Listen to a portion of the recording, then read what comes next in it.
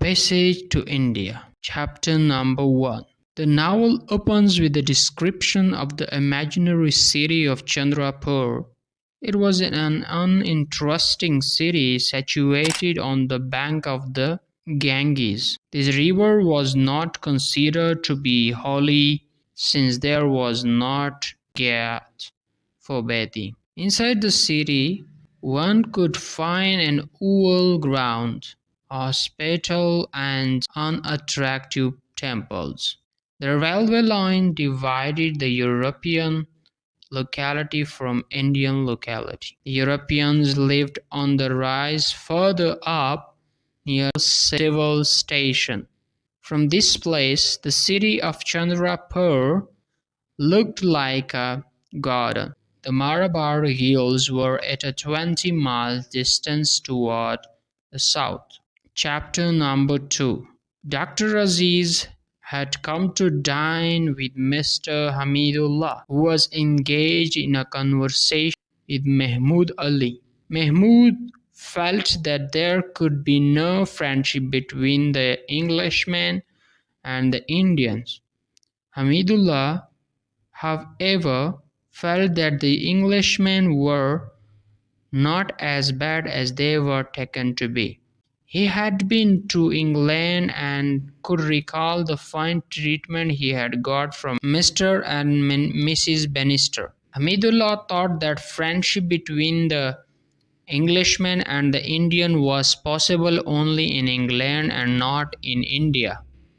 Aziz joined them in the conversation and suggested that discussion on friendship between the Indians and the Englishmen was futile, as good Englishmen in India were exceptions. To this argument, Hamidullah conceded. After this, they all agreed that the Englishmen who came to India for the first time were kind and gentle. But within a year or two they turned into rigid and haughty bureaucrats.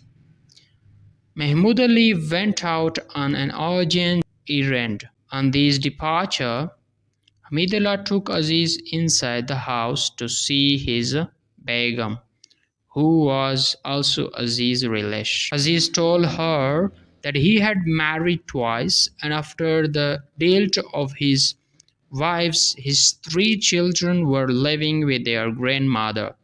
To avoid further question, he told her that he might marry some time in the future.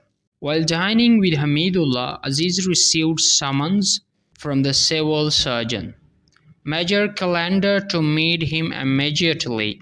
Aziz resented the call, but on the advice of Hamidullah, he decided to go at once. At the Major's bungalow, Aziz was humiliated to find that Major Calendar had left for the club without leaving any message for him.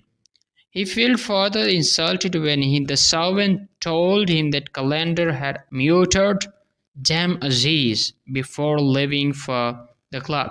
Aziz was more humiliated when Mrs. Calendar and her friend Mrs. Leslie drew away in his tonga without taking permission. After his humiliation, Aziz went to the mosque to seek solace. At the mosque, he was lost in a reverie, but his reverie was disturbed by an English lady. He shouted at her to take off her shoes and not to defile the holy place. He apologized to her when he learned that she had already done so. He was pleased to find that this lady was different from some of the other English ladies. He became friendly with her. He discovered that this lady, Mrs. Moore, had just arrived from England. She was the mother of the city magistrate Ronnie Hislop. Very soon the two became good friends. They were surprised to find that they had many things in common. Mrs. Moore had married twice and was the mother of the 3 children. She had lost both her husbands and was a widow now. Aziz too had married twice, lost both his wives, and widower now with 3 children. Aziz felt better after having come across such a gentle and kind soul. He escorted Mrs. Moe to the club. Thank you.